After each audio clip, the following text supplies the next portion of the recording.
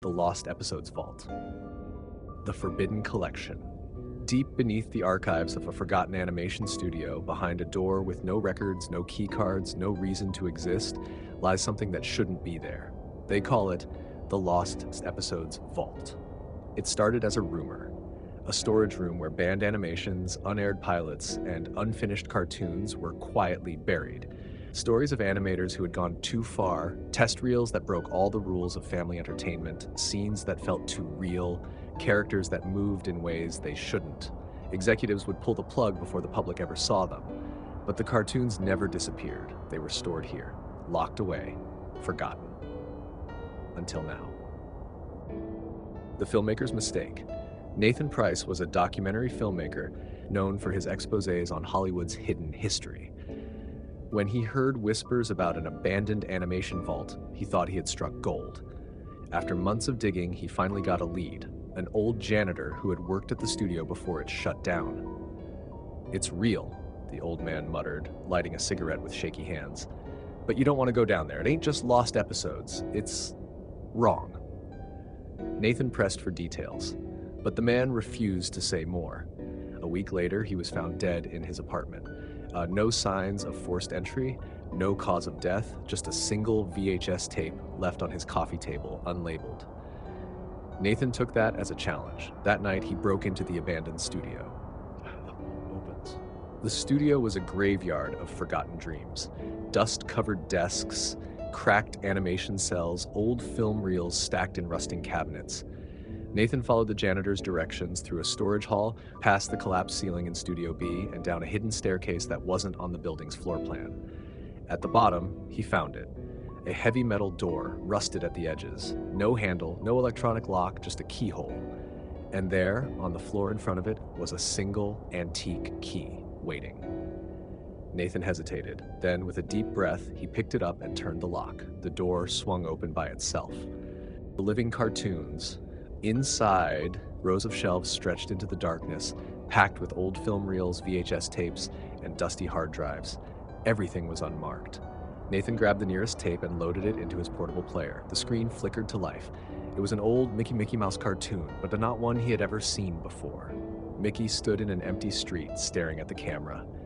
No music, no background, just silence. Then he blinked, and his mouth slowly curled into a grin. Nathan frowned. This wasn't right. The animation looked too smooth, too fluid for something made in the 1930s. He fast-forwarded. Mickey was still standing there, still staring, and then he said Nathan's name. Nathan froze. There was no way in hell. He rewound. Mickey was silent again. The name was gone, but Nathan knew what he heard. His hands shook as he grabbed another tape. This time, it was a lost episode of SpongeBob SquarePants. The footage was rough, unfinished. Squidward sat on his bed, eyes sunken, muttering something under his breath. Then he stopped. He turned his head slowly and looked straight at Nathan. His lips moved, but this time there was no sound at all. Nathan leaned in, and then a loud knock echoed from inside the vault. Not from the screen, from somewhere behind the shelves. Nathan's blood went cold. He wasn't alone. "They see you now." The tapes weren't just recordings, they were watching him back. Nathan grabbed his camera, shaking, trying to document everything. He needed proof. He needed to get out. But as he turned toward the exit, the door was gone. The walls stretched endlessly, lined with shelves that hadn't been there before. He was trapped inside the archive itself. And on every single TV screen around him, characters were turning their heads, looking at him, smiling. A deep, distorted voice whispered from the speakers, "You shouldn't have opened the door." The tapes began playing on their own, flickering with impossible images. Dora the Explorer, staring blankly, whispering, "Where are you?" over and over. Tom and Jerry, but Tom's fur was falling off, his body twitching unnaturally as he crawled toward the camera. Bugs Bunny, grinning too wide, holding up a sign that said, "We can see you now, Nathan." Nathan screamed. He ran. Down endless rows of tapes, past flickering TV screens, as the voices of 1,000 lost cartoons laughed in the darkness. Then he saw it, a glowing red exit sign flickering in the distance. He sprinted toward it, but right before he reached it, the screens all cut to black. A single frame flashed. Nathan's own face, frozen in terror. Then the screen went dead, and the vault was silent again. The missing footage. The next morning, the studio's security team found Nathan's camera outside the building. No sign of Nathan himself. The footage?